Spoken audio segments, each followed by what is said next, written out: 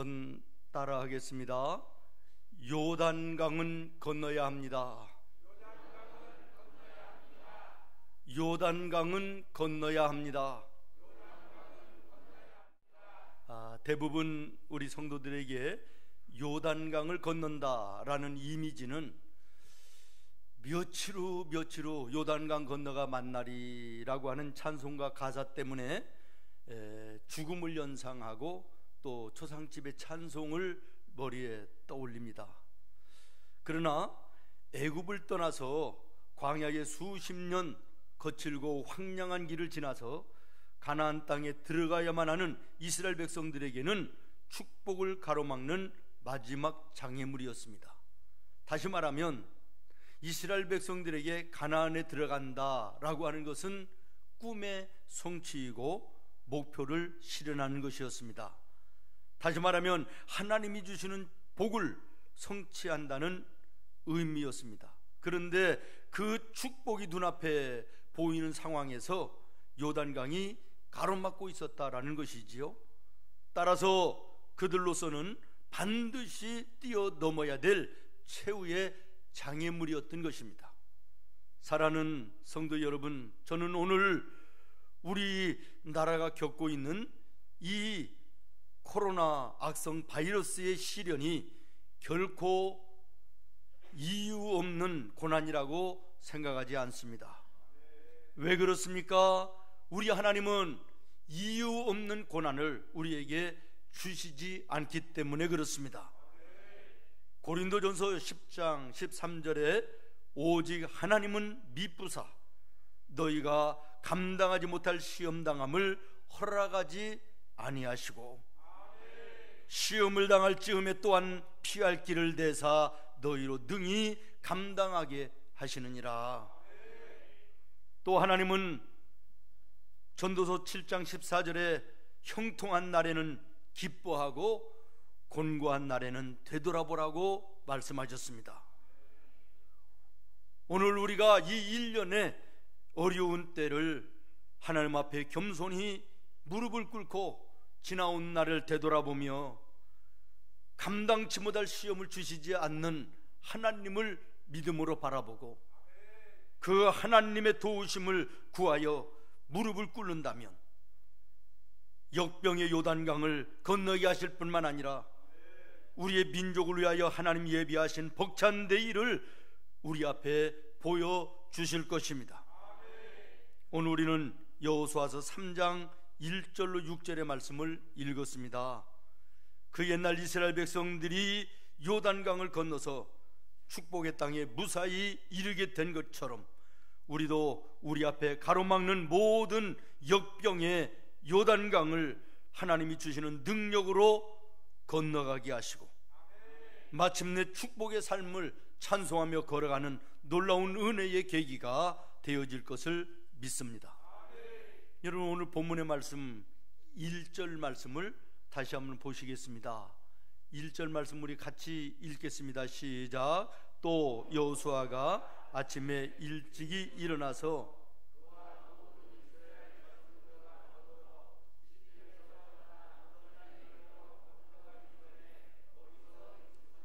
아멘.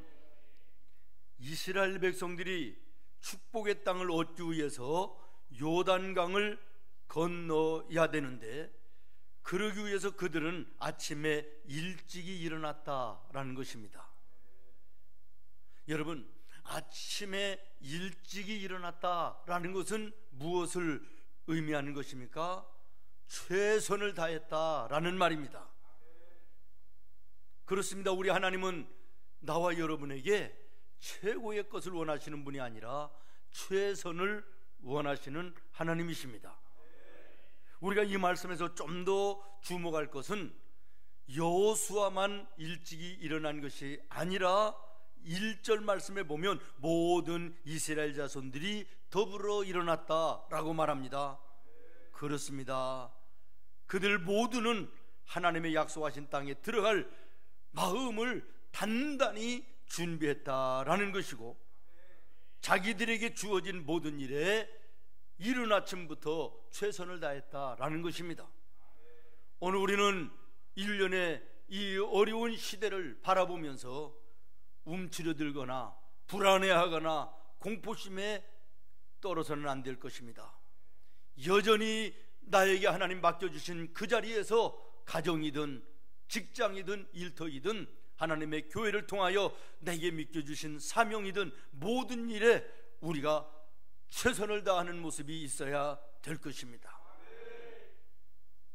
그리고 또 하나 주목할 것은 그냥 그들이 어느 날 특정한 날만 일찍 일어난 것이 아니었다는 것이지요. 오늘 1절 말씀에도 일찍 일어났다 그랬는데 6장 12절에도 7장 16절에도 8장 10절에도 여호수아와 그 백성들이 아침에 일찍이 일어났다고 기록하고 있습니다. 그렇습니다. 아무리 하나님께서 약속하신 땅이라 할지라도 그냥 주어지는 것이 아닌 것을 말씀하고 있는 것입니다. 분명한 하나님의 약속임에도 불구하고 하나님은 이스라엘 백성들에게 그리고 지도자 여호수아와 더불어 준비하라고 하시는 하나님의 뜻을 주목해야 될 것입니다. 다시 말하면 축복된 내일은 감나무 밑에 누워서 감이 떨어지기를 기다리는 자에게 주어지는 것이 아니라 마음을 단단히 준비하고 최선을 다하여 자기의 삶의 현장에서 힘쓰고 애쓰는 자들에게 주어진다는 사실을 오늘 우리는 말씀을 통하여 깨달아야 될 것입니다. 앞에서도 말씀드렸지만 1년의 이 바이러스의 역경이 우연한 것이 아니며 이유 없는 것이 아님을 우리는 기억해야 될 것입니다. 저는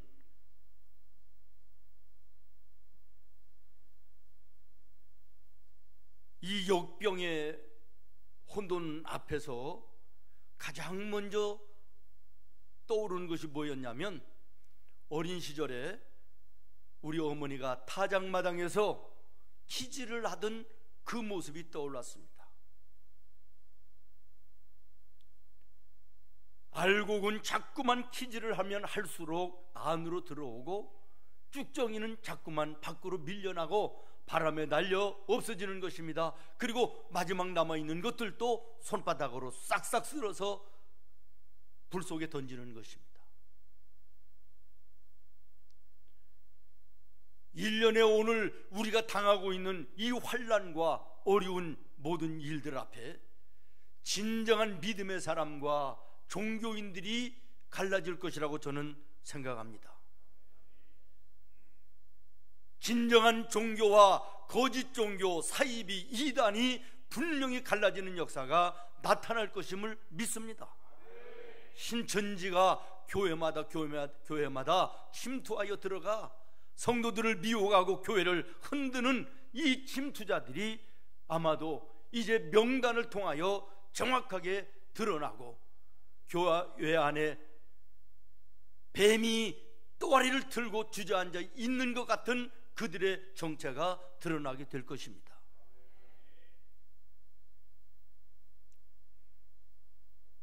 교인들의 숫자만 많으면 그 교회가 좋은 교회요, 성공한 목회자라고 하는 숫자 지향적인 한국교회의 거품이 빠져나가는 계기가 될 것이라고도 저는 믿습니다.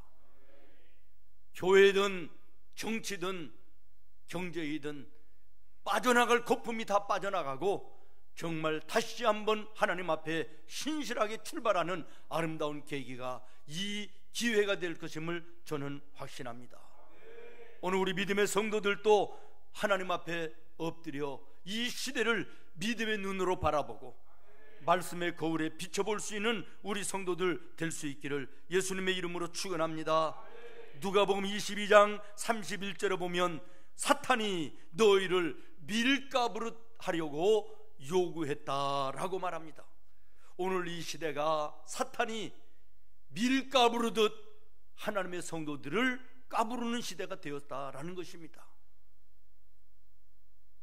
밀가부르다는 그 까부름 속에 알곡 신자들은 하나님 앞에 점점 더 가까이 나갈 것이고 쭉정이 신자들은 점점 밖으로 밀려날 것입니다.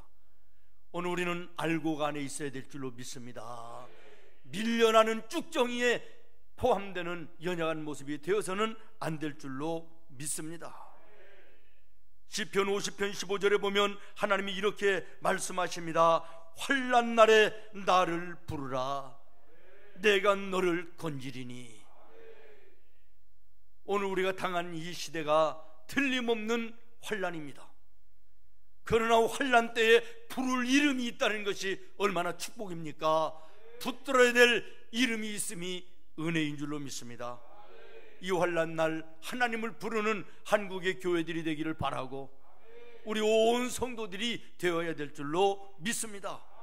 이스라엘 백성들이 축복에 가로막는 요단강 앞에서 아침에 일찍이 일어났던 것처럼 오늘 우리도 아침에 일찍 일어나 하나님 앞에 기도하며 준비하고 내 삶의 현장에 맡겨진 모든 일에 최선을 다하는 모습이 있어야 되겠습니다.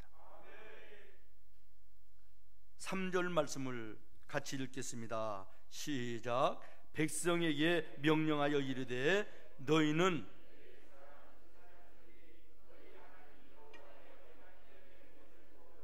너희가 있는 곳을 떠나 그 뒤를 따르라. 아멘.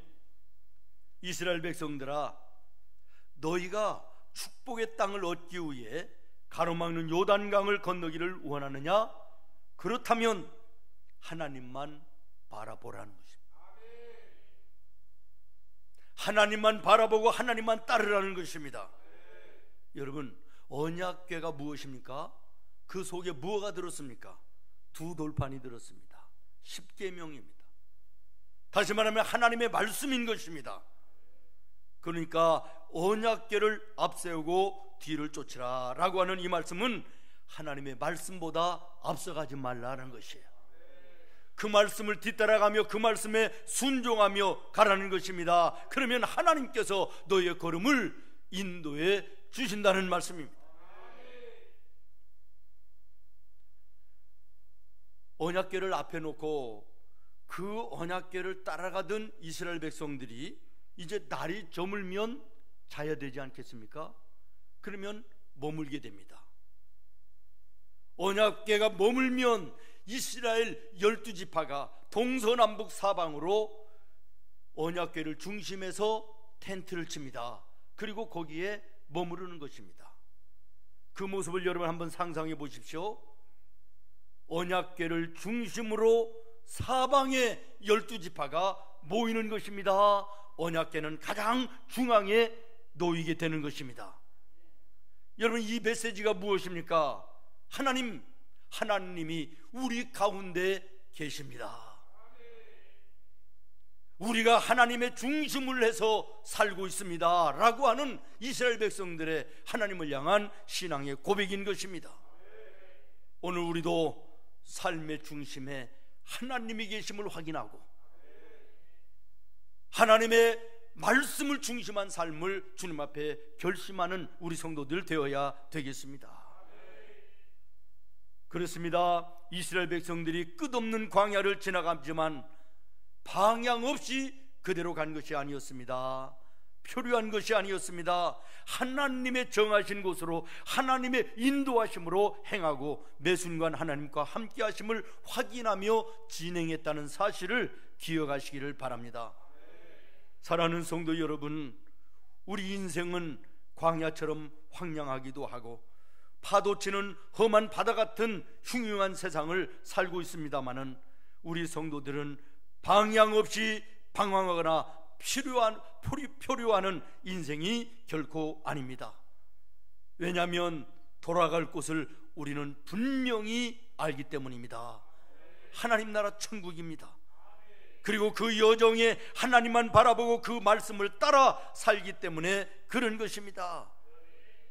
여기에 우리 하나님이 강조하여 말씀하시는데 여호수아서 1장 7절에 보면 오직 강하고 극히 담대하여 나의 종 모세가 내게 명령한 그 율법을 다 지켜 행하고 좌로나 우로나 치우치지 말라.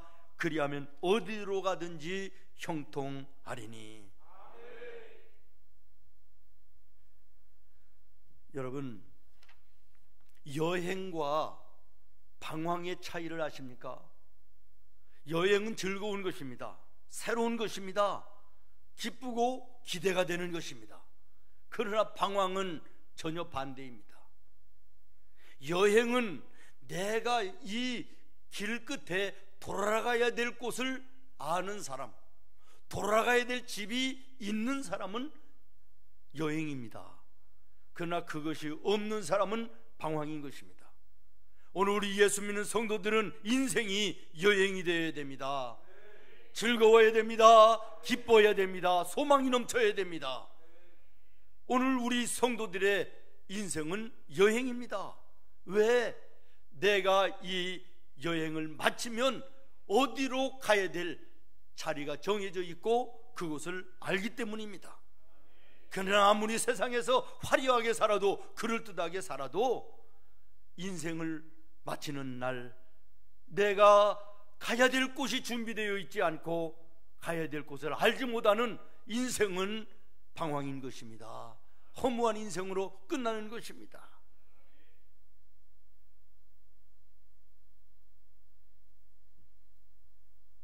하나님은 여기에서 노파심을 가지시고 한 가지를 더 우리에게 요구하시는데 4절입니다. 시작. 그러나 너희와 그 사이 거리가 2000규빗쯤 되게 하고 그것에 가까이 하지 말라. 아멘. 하나님의 법궤를 앞세우고 너희들은 따라가는데 바짝 따라가지 말고 2000규빗을 떨어뜨려 놓고 따라가라는 것입니다. 2000규빗은 오늘로 환산하면 1km 정도가 됩니다. 900에서 1km 정도, 상당히 먼 거리입니다. 그러나 우리의 지금 개념으로 우리의 좁은 땅덩어리에서 뭐 1km 그러면 굉장히 먼 것처럼 보이지만 끝도 없는 광야에서 1km는 아무것도 아닙니다. 한눈에 보이는 것입니다. 왜 하나님께서 이스라엘 백성들에게 언약궤와 1km 정도를 떼어놓으라고 하셨을까? 간단합니다. 하나님을 놓치지 말라는 거예요. 너의 눈에서 하나님을 놓쳐서는 안 된다라는 것입니다. 만약에 1, 20명, 수십 명, 수백 명도 아니고 수백만 명이 지금 광야길을 걸어가는 것입니다. 그런데 그 길에 언약궤를 가까이 따라가면 언약궤가 보일 리가 없습니다. 사람들의 뒤통수만 보일 것입니다. 사람들의 수군거리는 소리만 들릴 것입니다. 그러나 1km 정도 멀리 떨어진 것은 수십만 명이 한눈에 볼 수 있는 거리인 것입니다. 하나님의 의도가 무엇입니까? 너희는 광야 같은 인생길을 걸어가면서 너의 눈에 나를 놓치지 말라는 것입니다. 하나님을 놓쳐서는 안 되는 것입니다. 오늘 우리가 예수님 따라가는 길에 우리를 가로막는 장애물들이 얼마나 많이 있습니까? 이 모든 장애물을 극복하고 우리의 눈에서 예수님을, 하나님의 말씀을 우리는 놓쳐서는 안 될 줄로 믿습니다. 예수 따라가며 말씀 순종하면 우리 행할 길 환하 주를 의지하며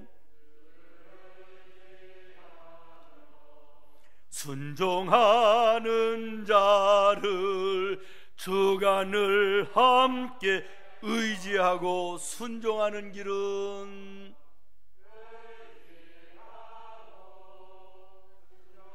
예수 안에 즐겁고 복된 길이로다.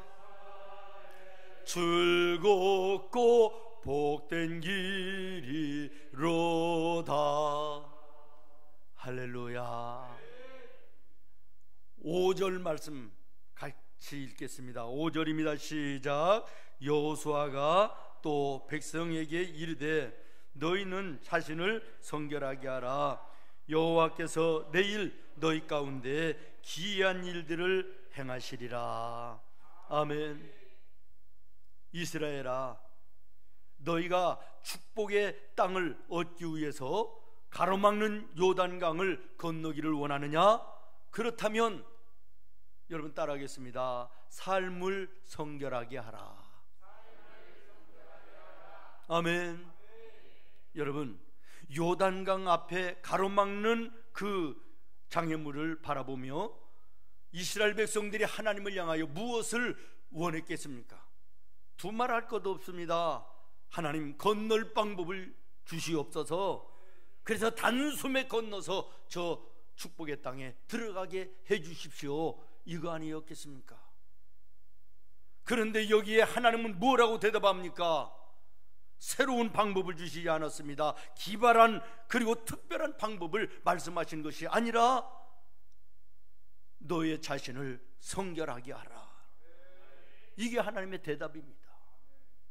동문서답 같은 얘기 아닙니까? 오늘 우리가 이 바이러스의 역병 앞에서 기도하는 것이 무엇입니까? 하나님, 하루속히 세계를 향하여 퍼져나가는 이 온 땅을 어둠과 공포로 몰아넣고 있는 이 바이러스를 성령의 불로 소멸하여 주시고 물리쳐 주시옵소서. 그래서 무너진 경제가 세워져서 살기 좋은 나라가 되게 하시고 혼돈스러운 정치가 바로 세워져 정리된 세상이 되게 하여 달라고 우리 기도하는 거 아닙니까? 그런데 우리의 기도에 하나님 대답하실 때 무엇라고 대답하실까? 혹시 너 자신을 먼저 성결하게 하라 라고 하는 이 대답이 아니실까라는 것입니다.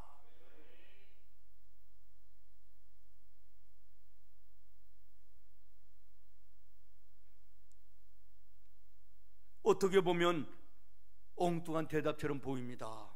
동문서답 같습니다. 그러나 요한복음 4장에 보면 똑같은 의미의 말씀을 예수님이 하셨습니다.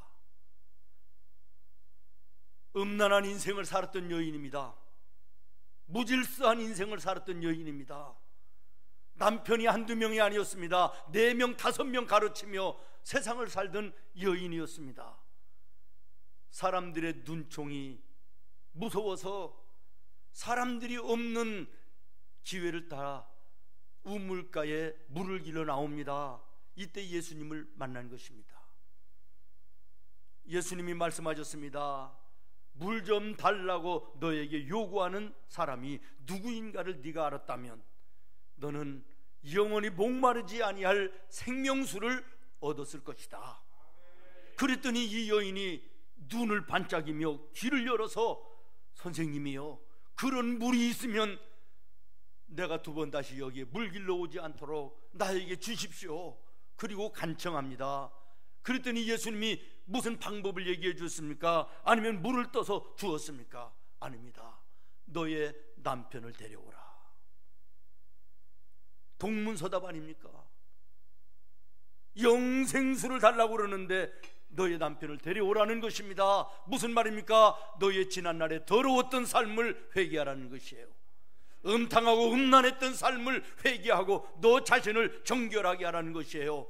그러면 그 다음에 내가 너와 함께 할 것이다.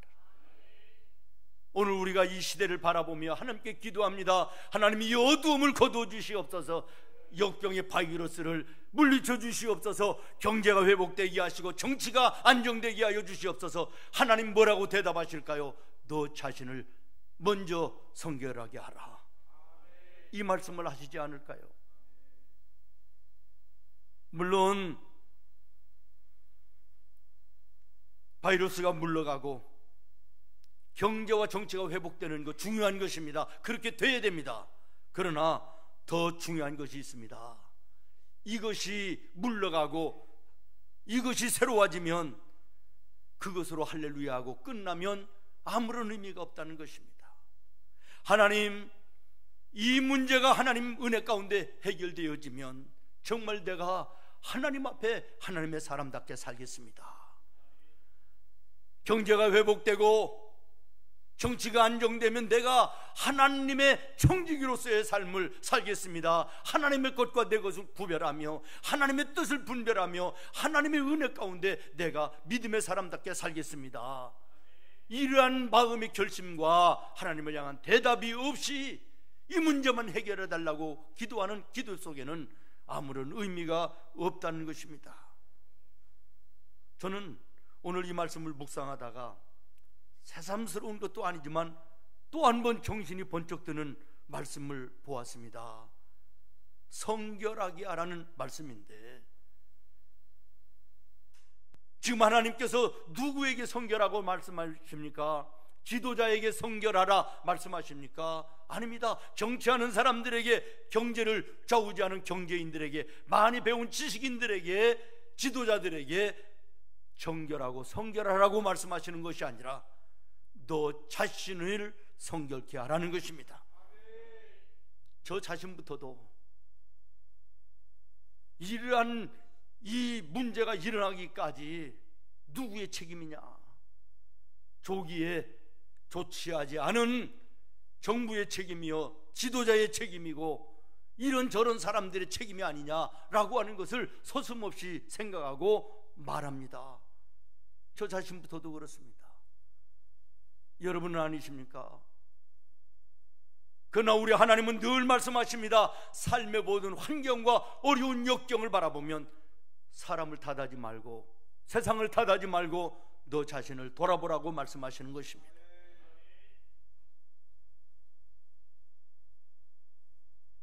사랑하는 성도 여러분, 이 시대 앞에 우리는 먼저 내 자신이 하나님 앞에 성결해야 되겠습니다. 내 가정이, 우리 교회가 지난날 정말 제대로 살아왔는지를 하나님 앞에 돌아봐야 될 것입니다. 썩 기분 좋은 것은 아니지만 재앙과 죽음의 공포가 온 나라를 뒤덮고 있습니다. 그러나 이 어두움이 저는 해로운 것만은 아니라고 생각합니다. 왜냐하면 삶의 본질을 확인하게 하는 질문을 던져주기 때문에 그렇습니다. 나는 누구인가? 어디서 왔으며 내가 어디로 가는 존재인가? 나는 오늘 여기 왜 사나? 무엇을 위하여, 무엇을 하면서 살고 있으며 나는 지금 제대로 된 삶을 살고 있는가라고 하는 삶의 근본적인 질문을 자기 스스로에게 던지는 기회가 되기 때문에 이 삶의, 이 오늘의 현실이 저는 결코 우리에게 있어 마이너스가 아니라는 것을 믿는 것입니다. 오늘 내 자신부터 스스로를 돌이켜 하나님 앞에 비춰보고 무릎 꿇는 나와 여러분 되어야 될 것입니다. 이렇게 되어질 때 하나님이 어떻게 해주시겠다고 약속하십니까? 5절 하반절입니다. 내일 너희 가운데 기이한 일들을 보이리라. 회개하며 자기 자신을 먼저 성결하게 하는 자에게 하나님께서 내일의 기적의 역사를 나타내 보여주시겠다고 약속하고 계신 것입니다. 그러므로 오늘 이 시간 가장 먼저 해야 될 것은 내 자신을 말씀 앞에 돌아봐야 된다는 것입니다. 잊혀지지 않는 일화가 하나 있습니다. 미국 남북전쟁이 한참이던 그때 링컨이 대통령 되기 전이죠. 군대의 장군으로 전쟁을 치르는데 내일이면 제일 큰 전투가 벌어지는 것입니다. 그날 밤 부관이 찾아왔답니다. 장군, 내일이면 엄청난 전쟁이 이제 시작되어질 것인데 과연 하나님이 어느 쪽이실까요? 북군 쪽일까요? 남군 쪽일까요? 이것을 묻는 것입니다. 여기에 링컨이 유명한 대답을 했습니다. 나는 그것을 가지고 고민하지 않네. 나의 고민은 과연 하나님이 누구 편이냐라고 하는 것보다 내가 하나님 편에 있는가를 고민하는 것이라네. 세상이 힘듭니다. 어렵습니다. 혼돈스럽습니다. 내일을 볼 수 없는 암울합니다. 오늘 여기에 우리는 내가 먼저 하나님 편에 있는가를 확인해야 됩니다. 내가 먼저 하나님 앞에 바로 세워져야 됩니다. 오늘부터 2주간 저는 교회의 모든 예배를 중지하면서 가슴이 찢어지는 것 같습니다. 세상의 역사 이래 우리나라에 이런 적이 있었습니까?